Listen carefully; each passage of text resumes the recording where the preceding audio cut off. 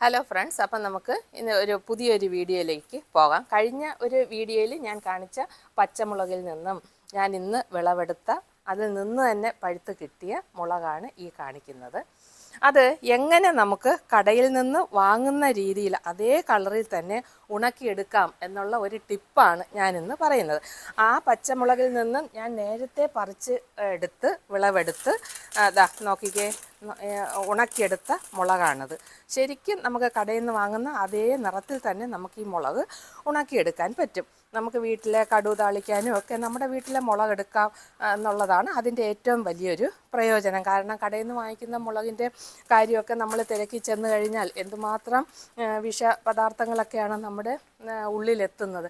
അതിനെ ഒന്ന് മാറ്റി നമുക്ക് അത്യാവശ്യം മുളക് നമ്മുടെ വീട്ടിൽ തന്നെ ഇതേപോലെ കടയിൽ നിന്ന് വാങ്ങുന്ന രീതിയിൽ നമുക്ക് ഉണക്കിയെടുക്കാം. അതിന് ഞാൻ ചെയ്യുന്നത് ഇന്ന് ഇത് ഈ നമ്മൾ വിളവെടുത്തിരിക്കുന്ന പച്ചമുളകിൽ നിന്നും കുറച്ച്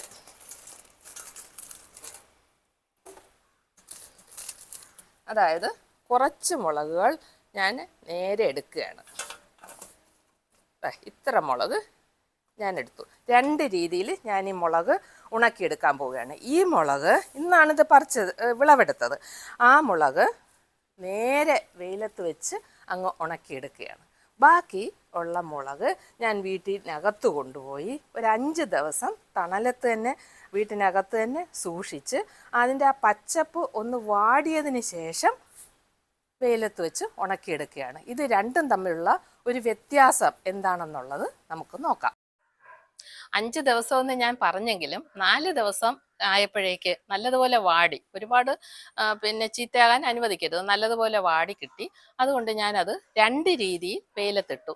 നിങ്ങളോട് പറഞ്ഞിരുന്നല്ലോ 2 രീതിയിൽ വെയിലത്തിട്ടു. ഇത് ആദ്യം 4 ദിവസം കാക്കാതെ നമ്മൾ വിളവെടുത്തതിൻ്റെ അന്ന് തന്നെ വെയിലത്തിട്ട മുളകാണ്. കുറച്ച് ഞാനെടുത്ത് അന്ന് തന്നെ വെയിലത്തിട്ട്. ഇതാ നോക്കിക്കോ, ഒരു ഓറഞ്ച് ഷെയ്ഡൊക്കെ ആയതിന്, നല്ല ചുവന്ന നിറം ഒക്കെ നമുക്ക് തോന്നുന്നുണ്ടെങ്കിലും ഓറഞ്ച് ഷെയ്ഡാണ്. ആ കടയിൽ നിന്ന് വാങ്ങുന്ന ആ ചുവപ്പ് നിറം നമുക്ക് കിട്ടിയില്ല.